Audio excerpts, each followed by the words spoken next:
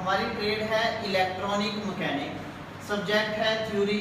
Chapter जो start कर रहे हैं थर्ड। इस चैप्टर के जो हम सिलेबस के अकॉर्डिंग टॉपिक को कवर करेंगे वो टॉपिक्स मैंने यहाँ पर डिस्क्राइब किए हुए हैं। पहला टॉपिक है इलेक्ट्रिक चार्ज, दूसरा टॉपिक है पोटेंशियल डिफरेंस, तीसरा टॉपिक है voltage current and resistance, fourth topic है basic of AC and DC, fifth topic है basic terms such as positive cycle, negative cycle, peak value, peak to peak value, instantaneous value, RMS value. RMS value का दूसरा नाम exam में कई बार effective value भी आ जाता है, टाइम पीरियड एंड फ्रीक्वेंसी। तो हम ये सभी टॉपिक आज कवर अप करेंगे। हमारा पहला टॉपिक है इलेक्ट्रिक चार्ज। इलेक्ट्रिक चार्ज देखते हैं क्या होता है इलेक्ट्रिक चार्ज।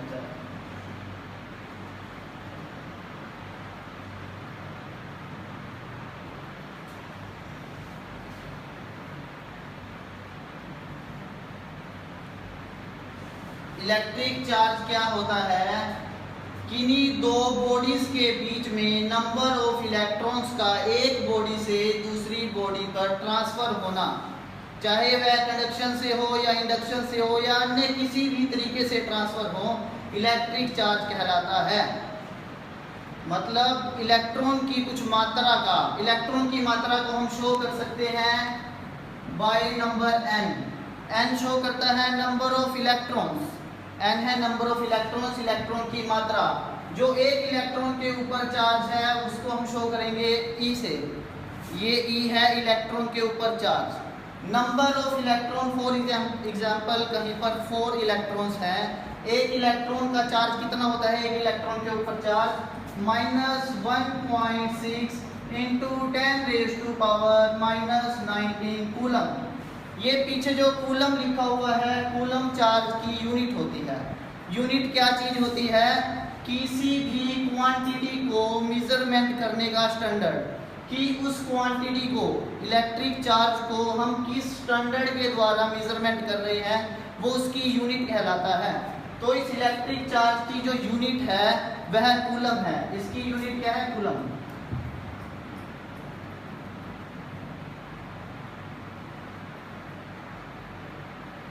अगर एग्जाम में इसकी यूनिट आ जाए वो कूलम है। नंबर ऑफ इलेक्ट्रॉन्स, एक इलेक्ट्रॉन का charge is equal to Q, Q is equal to NE, इसका मैथमेटिकल एक्सप्रेशन है। हम इलेक्ट्रिक चार्ज को डिनोट करेंगे कैपिटल Q से। एग्जाम के अंदर किसी न्यूमेरिकल में कैपिटल Q लिखा आता है तो इसका मतलब है कि इलेक्ट्रिक चार्ज है। इलेक्ट्रिक चार्ज हो गया Q, इसका नोटेशन हो गया Q is equal to N × E। यहाँ पर n है नंबर ऑफ इलेक्ट्रॉन्स, E है चार्ज ऑन 1 इलेक्ट्रॉन, जो इक्वल होता है -1.6 × 10⁻⁻19 कूलम। तो इतनी चीज हमें इलेक्ट्रिक चार्ज की क्लियर हो चुकी है। अब हम आते हैं कि ये इलेक्ट्रिक चार्ज कितने टाइप्स के होते हैं, कितने तरीके के इलेक्ट्रिक चार्ज होते हैं। पहला टाइप इलेक्ट्रिक चार्ज का होता है पॉजिटिव चार्ज, पॉजिटिव चार्ज। दूसरा टाइप होता है नेगेटिव चार्ज।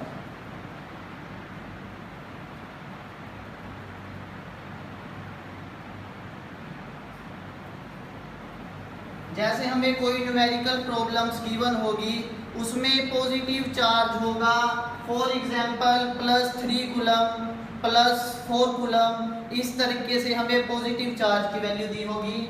साइन बहुत मैटर करता है, -4 कूलम हो चाहे -3 कूलम हो, ठीक है। तो यहाँ पे न्यूमेरिकल में अगर प्लस का साइन है तो ये पॉजिटिव चार्ज है, माइनस का साइन होगा तो नेगेटिव चार्ज होगा, -4 कूलम या -3 coulomb.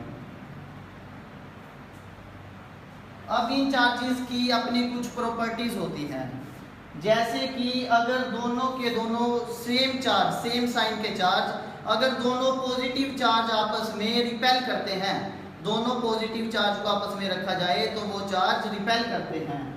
Same charges repel each other.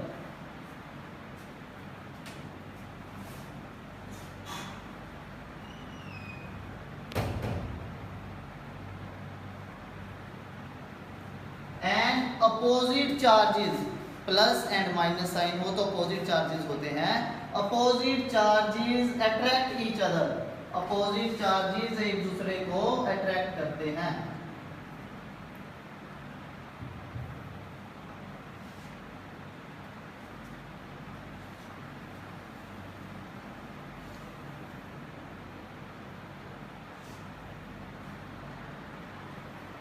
इस कंसेप्ट को हम डायग्राम के थ्रू भी शो अप कर सकते हैं कि अगर हमारे सेम चार्जेस रखे हैं तो वो कैसे रिपल्सिव फोर्स के साथ रिपेल हो रहे हैं, और अगर अपोजिट चार्जेस रखे हैं तब उनमें अट्रैक्टिव फोर्स लग रही है।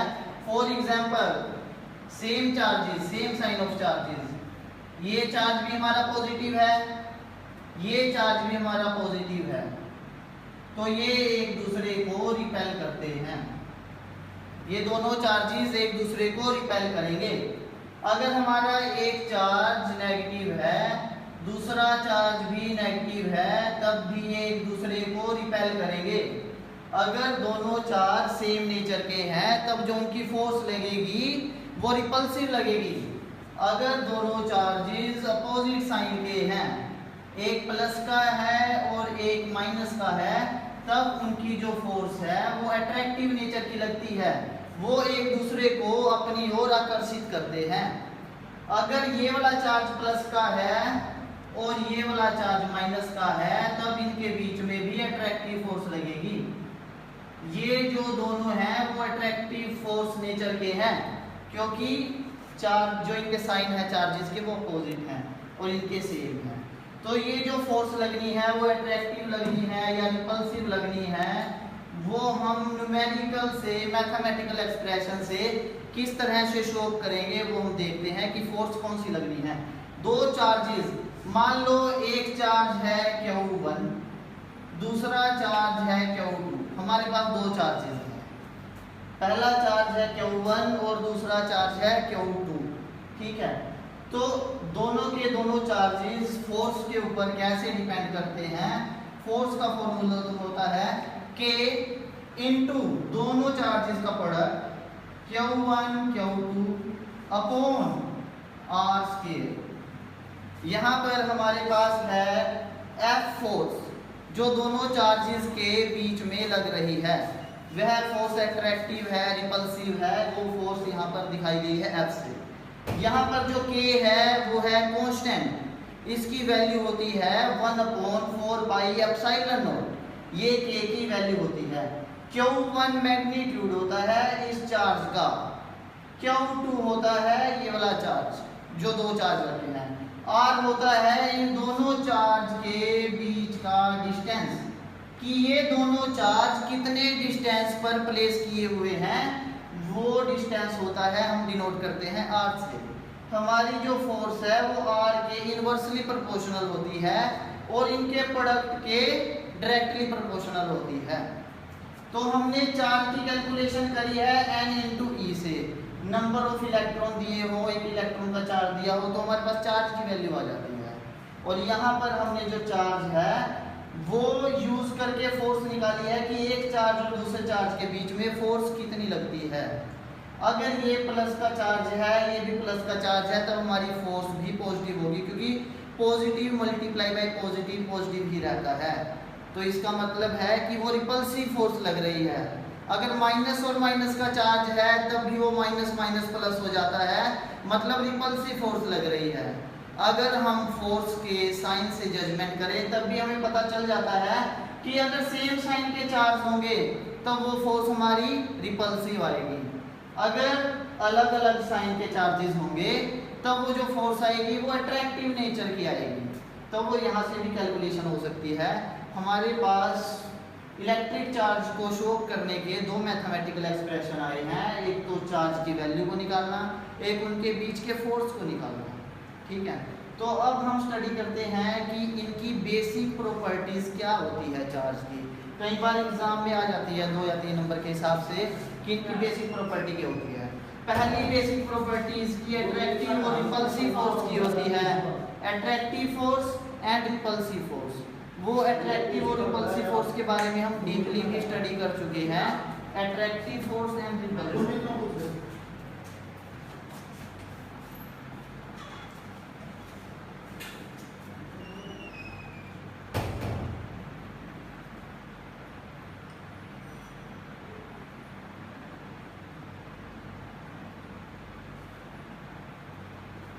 ठीक है।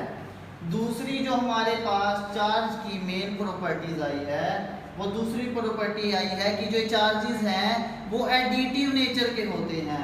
Charges are of additive nature.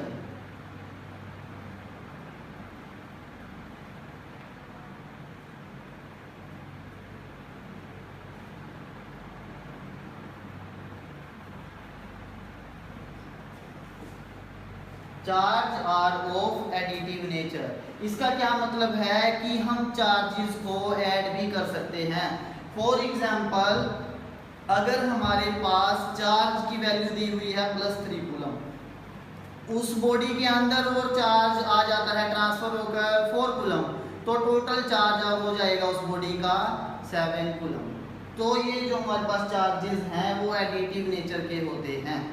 ये चार्जेस प्लस और माइनस के कैसे बने होते हैं? वैसे तो कोई भी बॉडी हो वो हमारे पास इलेक्ट्रिकली न्यूट्रल होती है, ठीक है, वो इलेक्ट्रिकली न्यूट्रल होती है। एक बॉडी के इलेक्ट्रॉन्स को हम सिर्फ दूसरी बॉडी में ट्रांसफर कर सकते हैं।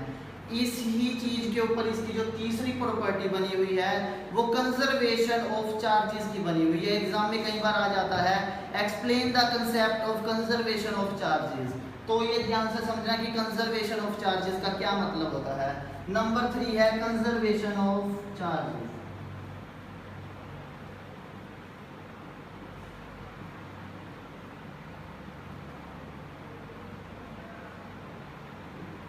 Conservation of charges. Conservation of charges क्या होता है कि हम ना तो चार्ज को क्रिएट कर सकते हैं ना चार्ज को डिस्ट्रॉय कर सकते हैं, सिर्फ इसे एक बॉडी से दूसरी बॉडी में ट्रांसफर कर सकते हैं। और वह ट्रांसफर कैसे होता है? हमें पता है कि ये बेसिक कंसेप्ट है हमारा। हमें पता है कि कोई भी बॉडी है, अगर या तो वो इलेक्ट्रॉन देती है या फिर वो इलेक्ट्रॉन लेती है, उस बॉडी के अंदर किसी भी एटम के अंदर electrons, number of electrons is equal होते हैं नंबर ऑफ प्रोटॉन्स के। अगर एक बॉडी है, let us consider this is one body and this is another body। इस बॉडी ने इलेक्ट्रॉन्स दे दिए हैं इस बॉडी को। हमने बोला है कि ये एक बॉडी है, ये दूसरी बॉडी है। इसने इलेक्ट्रॉन्स दे दिए हैं इस बॉडी को। इलेक्ट्रॉन्स के ऊपर जो चार्ज होता है वो माइनस का होता है, ठीक है। तो इसमें से माइनस का चार्ज दूसरी बॉडी में चला गया, तब ये कौन से चार्ज की होगी? प्लस चार्ज की होगी, पॉजिटिव। और इसमें माइनस का चार्ज बढ़ गया दूसरी बॉडी में, तो ये कौन से चार्ज की होगी? नेगेटिव चार्ज की होगी। इसका मतलब इसके ऊपर जो चार्ज आ गया वो पॉजिटिव चार्ज आ गया और इसके ऊपर नेगेटिव चार्ज आ गया। अब हम इसको देखते हैं, अगर इसमें से एक इलेक्ट्रॉन इसमें गया है तब इसके ऊपर माइनस का सिंगल चार्ज है। अगर इसमें से 2 इलेक्ट्रॉन जाते हैं तो 2 इलेक्ट्रॉन का चार्ज होगा। एक इलेक्ट्रॉन का जितना चार्ज होता है multiply by number of electrons होते हैं, ठीक है। तो हमें पता लग रहा है कि एक इलेक्ट्रॉन गया है तो सिंगल इलेक्ट्रॉन का चार्ज है, 2 गए हैं तो 2 का चार्ज है। अगर 3 इलेक्ट्रॉन गए हैं तो 3 का चार्ज है। हम एग्जांपल ले लेते हैं कि यहाँ से 3 इलेक्ट्रॉन इस बॉडी से इस बॉडी पे ट्रांसफर हो रहे हैं, तो हमारा ये 3 इलेक्ट्रॉन ट्रांसफर होने की वजह से लेट अस कंसीडर, हम मान लेते हैं कि 3 कूलम का चार्ज प्लस का यहाँ पर है। वैसे तो चार्ज की कैलकुलेशन इस तरीके से ही होती है, हम एक समझने के लिए मान रहे हैं कि मान लो 3 कूलम का चार्ज यहाँ पर है और -3 कूलम का चार्ज यहाँ पर है। ये सिर्फ इलेक्ट्रॉन्स के ट्रांसफर होने की वजह से हुआ है। इससे हमें पता चलता है कंजर्वेशन ऑफ चार्जेस का कि हम चार्ज को एक बॉडी से दूसरी पे ट्रांसफर कर सकते हैं, लेकिन ये दोनों के दो मिलके अभी भी इलेक्ट्रिकली न्यूट्रल हैं। न्यूट्रल क्यों है? क्योंकि प्लस के ही 3 है, प्लस के माइनस के ही 3 है, प्लस और -3 वैसे भी 0 हो जाता है, तो अभी भी ये न्यूट्रल है। हम चार्ज को बना नहीं सकते, खुद खत्म भी नहीं कर सकते, लेकिन सिर्फ एक बॉडी से दूसरी पे ट्रांसफर कर सकते हैं। तो ये कंसेप्ट कई बार एग्जाम में आ जाता है कि कंजर्वेशन ऑफ चार्जेस क्या होता है, या फिर चार्जेस एडिटिव नेचर के होते हैं, इसको एक्सप्लेन कीजिए। चार्जेस एडिटिव नेचर के कैसे होते हैं? उनको प्लस माइनस भी किया जा सकता है, इसलिए उनका नेचर एडिटिव बोला गया है। अट्रैक्टिव फोर्स और रिपल्सिव फोर्स आपको बता दिया है, फोर्स के एग्जांपल से, फोर्स के मैथमेटिकल एक्सप्रेशन से भी बता दिया है कि ये आपका मैथमेटिकल एक्सप्रेशन फोर्स का है। और अगर सेम चार्जेस होंगे वो रिपेल करेंगे, अपोजिट चार्जेस होंगे तो वेक्टर। ठीक है, ये आपका टॉपिक, पहला टॉपिक था इलेक्ट्रिक चार्ज। इस टॉपिक के ऊपर और क्या बेसिक क्वेश्चंस बन सकते हैं, और ये टॉपिक हमारी इलेक्ट्रॉनिक्स से कैसे रिलेट करता है। इलेक्ट्रिक चार्ज के बाद हमारे पास थर्ड टॉपिक में करंट का भी टॉपिक आ रहा है कि हमारी इलेक्ट्रॉनिक्स में करंट और इसका क्या रिलेशनशिप है। हम आगे भी एक न्यूमेरिकल के माध्यम से स्टडी करेंगे। वैसे जो करंट होता है, हम करंट को लिखते हैं I is equal to D Q upon D T. D Q upon D T का क्या मतलब होता है, rate of flow of charge. Current क्या होता है, rate of flow of charge. तो ये सभी के सभी बेसिक जो टॉपिक हैं इलेक्ट्रिक चार्ज, वो ही हमारी इलेक्ट्रॉनिक्स का बेस है। तो इन सभी टॉपिक्स को अच्छे से समझिए ताकि हम अपनी इलेक्ट्रॉनिक्स पे अच्छे से जा सकें। जो ये करंट बना है वो भी कहीं ना कहीं चार्ज से ही बना है, D Q upon D T उसका एक्सप्रेशन है। तो सभी बेसिक टॉपिक को समझते हुए हम अगले टॉपिक के ऊपर चलते हैं। ठीक है, क्लियर है? तो हम अगला टॉपिक स्टार्ट करते हैं।